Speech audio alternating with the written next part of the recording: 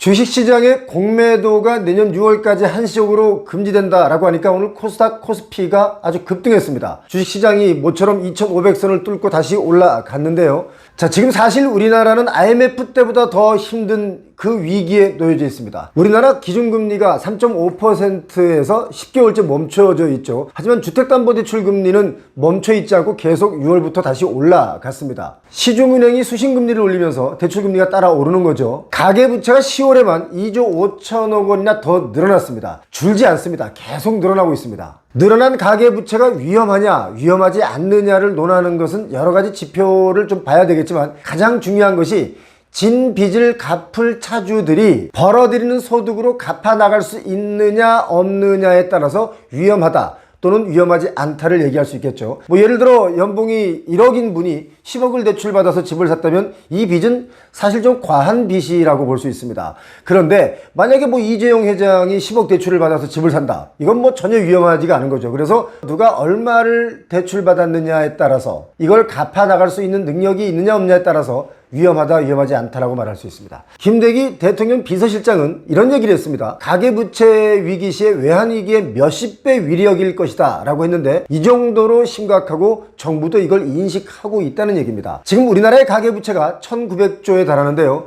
여기는 단순한 대출만 있는 것이 아니라 자동차 할부와 같은 부채도 포함이 되어 있는데요. 우리나라가 GDP 대비 가계 부채가 105%가 넘습니다. 미국은 74% 정도 되고요. 일본이 68%, 중국이 61%로 우리보다는 훨씬 낮습니다. 어릴 때 저희 어머니께서 1등은 필요 없고 그냥 3등 안에만 들어라 했는데 우리나라 빚이 세계 3등입니다. 지금 제가 말씀드린 것은 22년도의 기준인데요. 23년 올해 국제통화기금 IMF에서 업데이트한 세계 부채 데이터베이스를 보니까 부채 비율이요 105%가 아니라 108%였습니다. 빚이 105만 원이 있나 108만 원이 있나 똑같은 거라서 심각성을 모를 수도 있습니다. 그런데요, GDP 대비 가계대출이 105%, 108% 이것보다 더 좀 심각한 자료를 여러분께 보여드리겠습니다. 바로 속도입니다. 2017년부터 늘어난 가계대출 빚의 속도가 5년이 지난 지금 우리는 세계 1위입니다. 빚 늘어나는 속도가 세계 1위, 이제 빚의 양도 세계 1위가 될 수 있습니다. 가계대출이 늘어나고 금리가 오르면서 대출이자 연체율도 2배나 증가했습니다. 가계대출 말고도 기업부채도 정말 엄청나게 늘어났죠.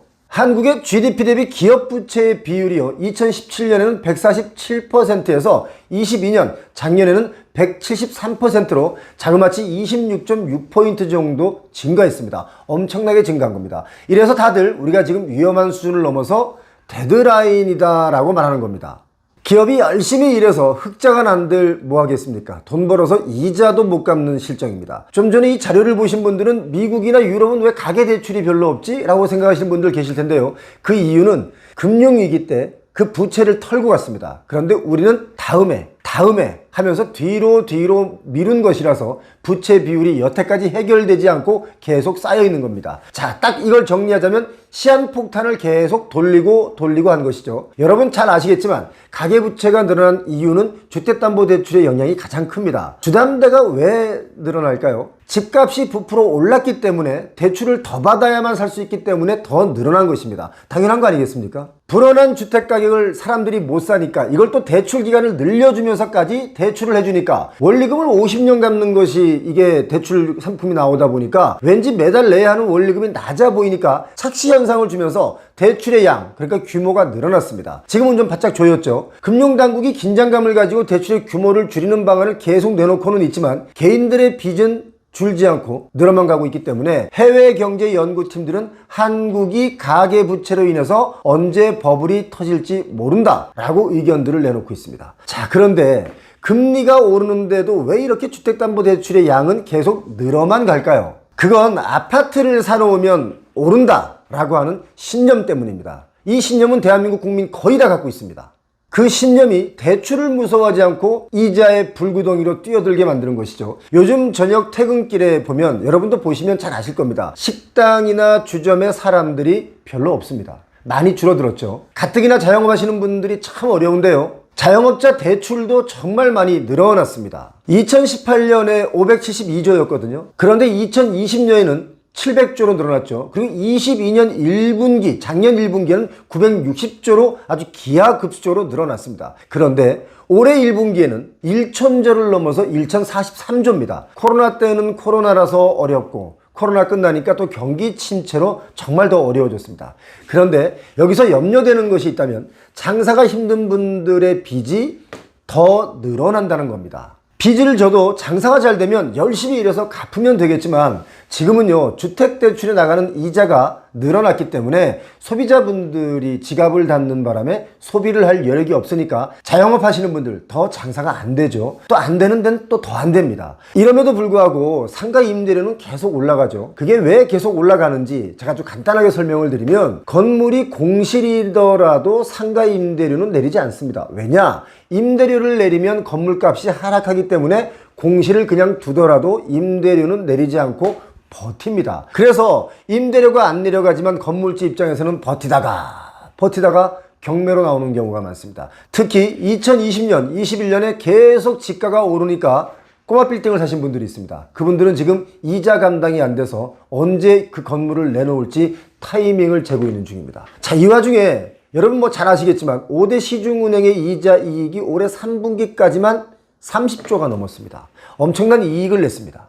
건설 경기 나빠져서 미분양이 나고 또 미분양이 나면 건설사나 시행사가 어려워지는데 대출해준 은행권이 그래서 위험하다고 하는데 이게 뭐가 위험합니까? 은행권이 위험한 게 아니라 자영업자분들, 소상공인분들, 또 집값 폭등으로 집을 사려면 무리를 할 수밖에 없었던 그 주택 구매자분들이 지금 더 위험하고 어렵습니다. 물론 부동산 PF 대출은 시중은행에서는 안 해주죠. 보통 증권사나 새마을금고와 같은 저축은행에서 해줍니다. 지금 우리의 가계대출이 그야말로 데드라인을 넘어섰다라고들 합니다. 외신들은 그렇게 표현합니다. 한국 경제의 심각성에 대한 이야기를 그렇게 하는 거죠. 제가 볼 때 우리 가계대출 줄지 않습니다. 왜냐? 소득이 빚을 줄이는데 부족하기 때문입니다. 그런데도 부동산의 가격은 계속 부풀려져 있습니다. 그리고 어떤 사람들은 얘기합니다. 계속 더 오른다.